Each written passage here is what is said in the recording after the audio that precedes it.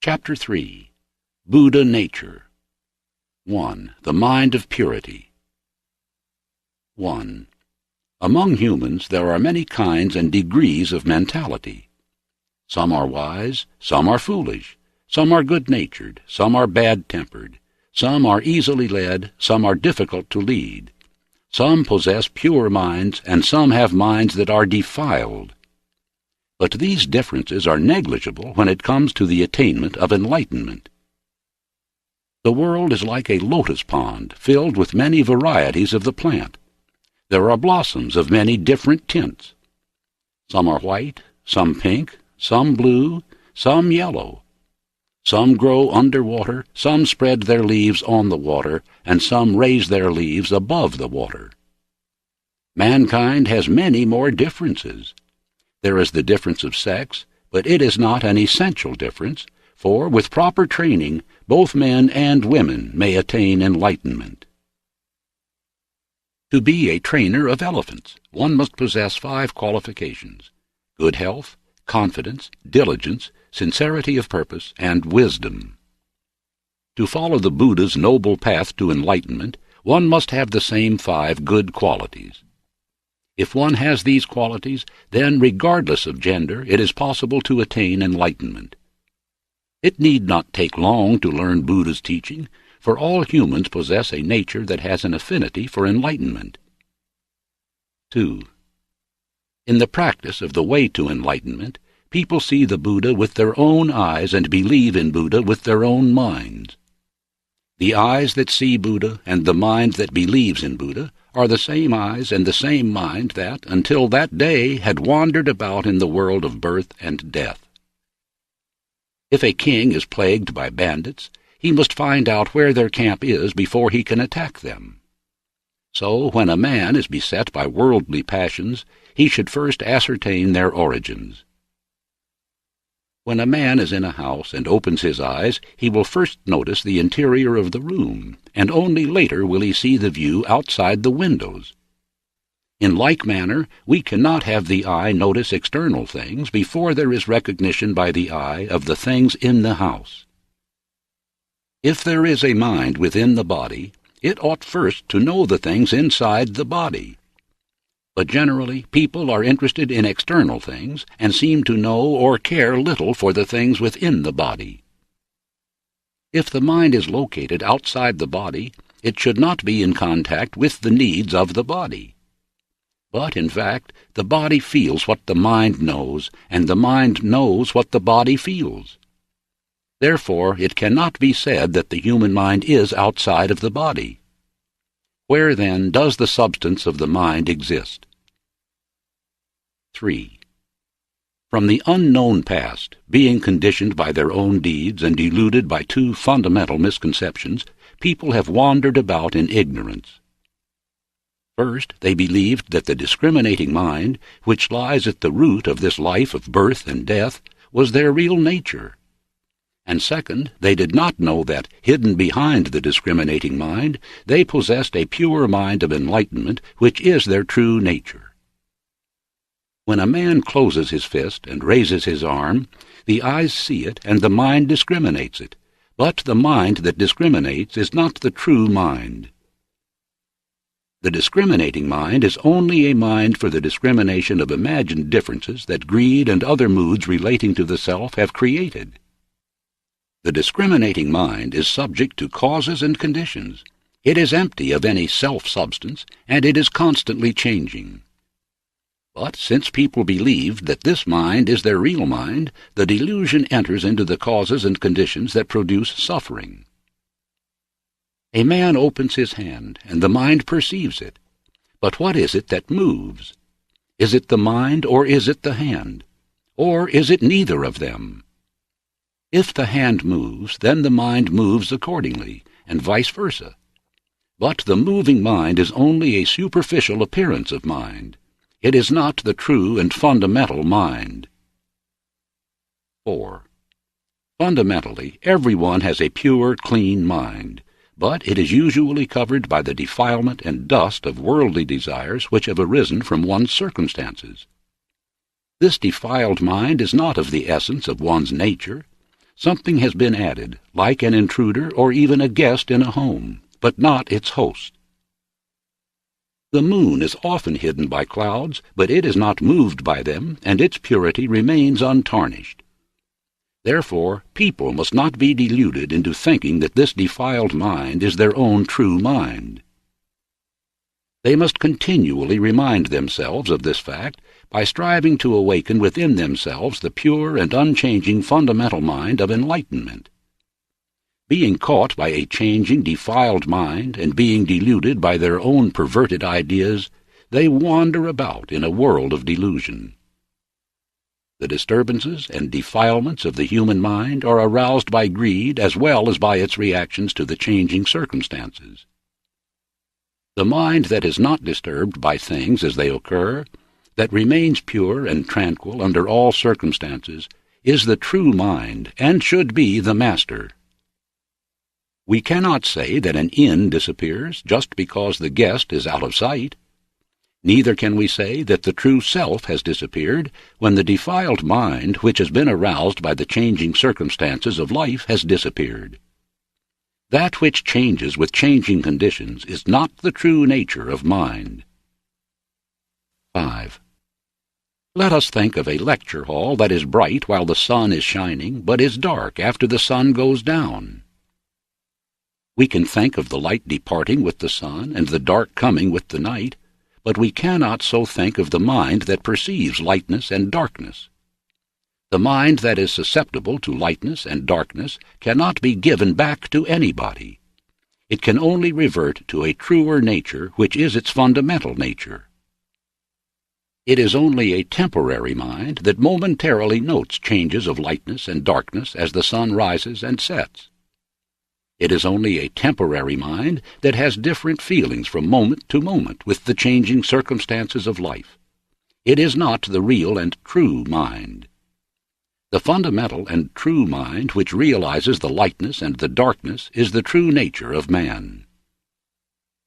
The temporary feelings of good and evil, love and hatred that have been aroused by surroundings and changing external conditions are only momentary reactions that have their cause in the defilement accumulated by the human mind.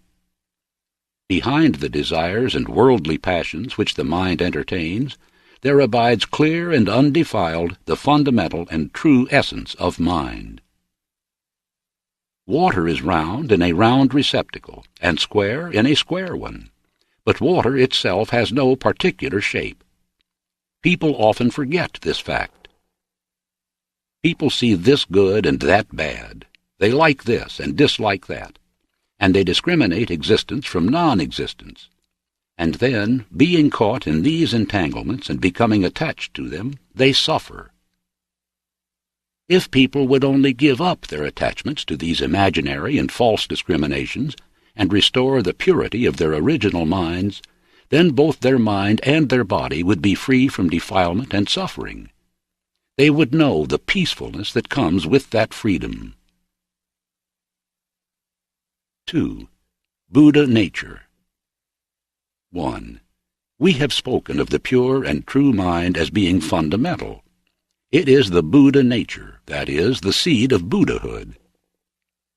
One can get fire if one holds a lens between the sun and moksha. But where does the fire come from? The lens is at an enormous distance from the sun, but the fire certainly appears upon the moksha by means of the lens. But if the moksha would not have the nature to kindle, there would be no fire. In like manner, if the light of Buddha's wisdom is concentrated upon the human mind, its true nature, which is Buddhahood, will be enkindled, and its light will illuminate the minds of the people with its brightness, and will awaken faith in Buddha. He holds the lens of wisdom before all human minds, and thus their faith may be quickened. 2. Often people disregard the affinity of their true minds for Buddha's enlightened wisdom, and because of it are caught by the entanglement of worldly passions, becoming attached to the discrimination of good and evil, and then lament over their bondage and suffering. Why is it that people, possessing this fundamental and pure mind, should still cling to illusions and doom themselves to wander about in a world of delusion and suffering, covering their own Buddha nature, while all about them is the light of Buddha's wisdom? Once upon a time, a man looked into the reverse side of a mirror, and not seeing his face and head, he became insane. How unnecessary it is for a man to become insane merely because he carelessly looks into the reverse side of a mirror. It is just as foolish and unnecessary for a person to go on suffering because he does not attain enlightenment where he expects to find it. There is no failure in enlightenment. The failure lies in those people who, for a long time, have sought enlightenment in their discriminating minds, not realizing that theirs are not true minds, but are imaginary minds that have been caused by the accumulation of greed and illusion covering and hiding their true mind. If the accumulation of false beliefs is cleared away, enlightenment will appear. But, strange enough, when people attain enlightenment, they will realize that without false beliefs there could be no enlightenment. 3. Buddha nature is not something that comes to an end. Though wicked men should be born beasts or hungry demons or fall into hell, they never lose their Buddha nature. However buried in the defilement of flesh or concealed at the root of worldly desires and forgotten it may be, the human affinity for Buddhahood is never completely extinguished. 4. There is an old story told of a man who fell into a drunken sleep. His friend stayed by him as long as he could, but being compelled to go, and fearing that he might be in want, the friend hid a jewel in the drunken man's garment. When the drunken man recovered, not knowing that his friend had hid a jewel in his garment, he wandered about in poverty and hunger. A long time afterwards, the two men met again, and the friend told the poor man about the jewel, and advised him to look for it. Like the drunken man of the story, people wander about suffering in this life of birth and death, unconscious of what is hidden away in their inner nature, pure and untarnished, the priceless treasure of Buddha nature. However unconscious people may be of the fact that everyone has within his possession this supreme nature, and however degraded and ignorant they may be, Buddha never loses faith in them because he knows that even in the least of them there are, potentially, all the virtues of Buddhahood.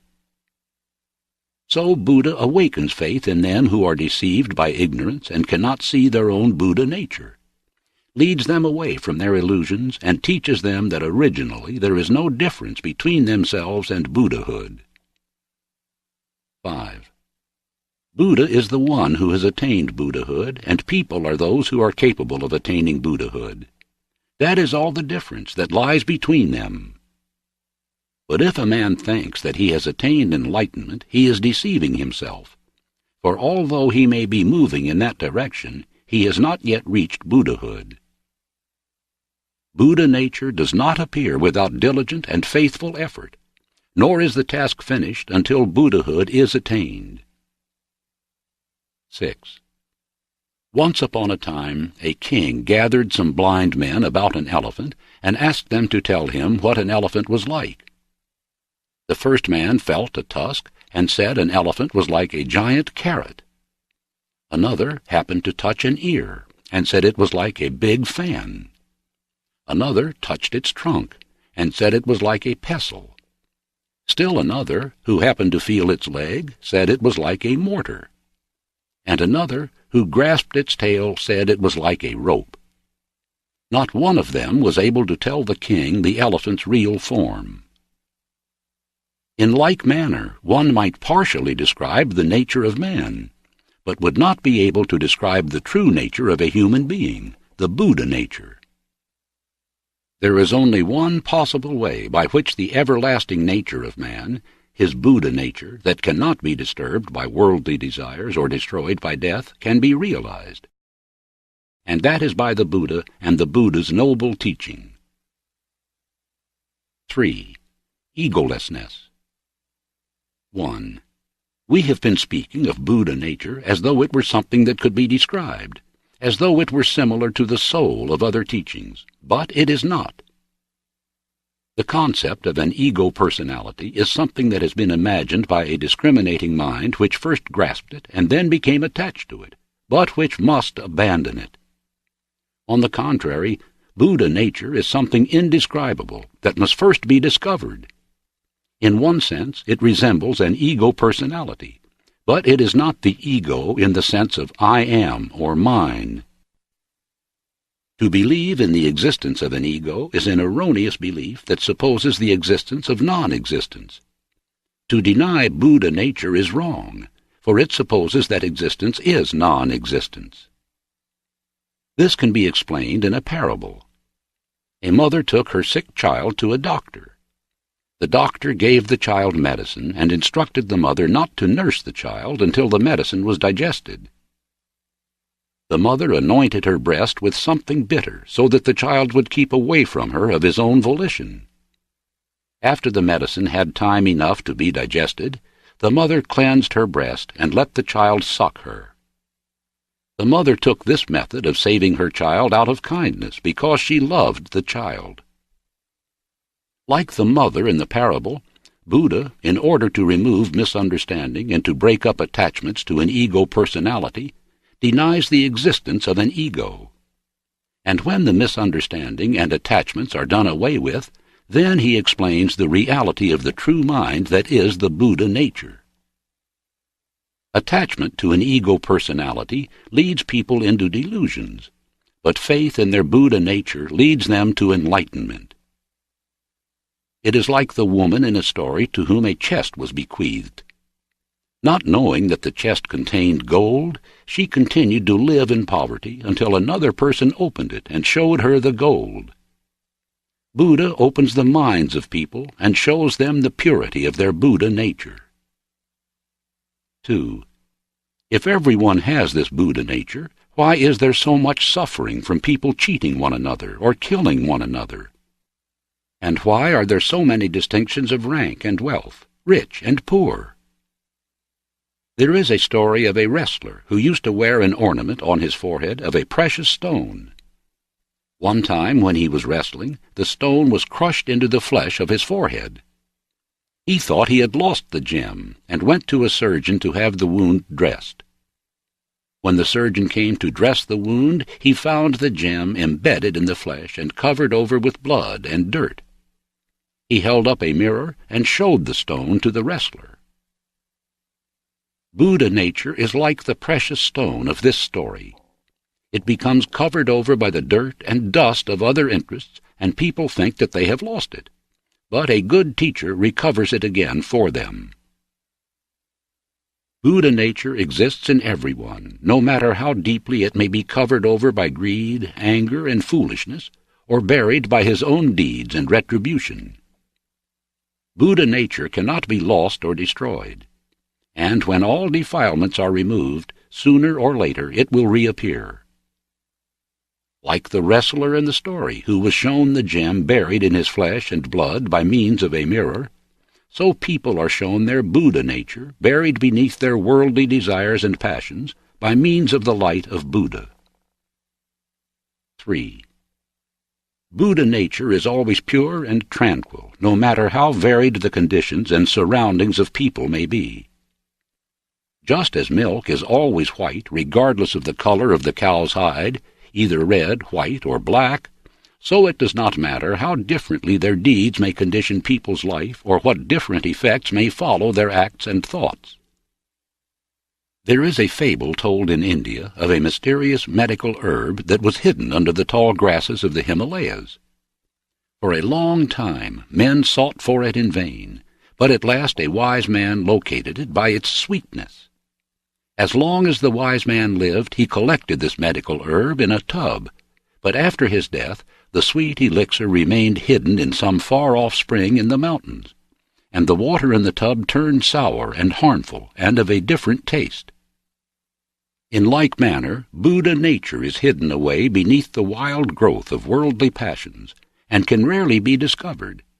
But Buddha found it and revealed it to the people, and as they receive it by their varying faculties, it tastes differently to each person. ore. The diamond, the hardest of known substances, cannot be crushed. Sand and stones can be ground to powder, but diamonds remain unscathed. Buddha nature is like the diamond, and thus cannot be broken. Human nature, both its body and mind, will wear away, but the nature of Buddhahood cannot be destroyed. Buddha nature is indeed the most excellent characteristic of human nature. Buddha teaches that although in human nature there may be endless varieties, such as men and women, there is no discrimination with regard to Buddha nature. Pure gold is procured by melting ore and removing all impure substances. If people would melt the ore of their minds and remove all the impurities of worldly passion and egoism, they would all recover the same pure Buddha nature.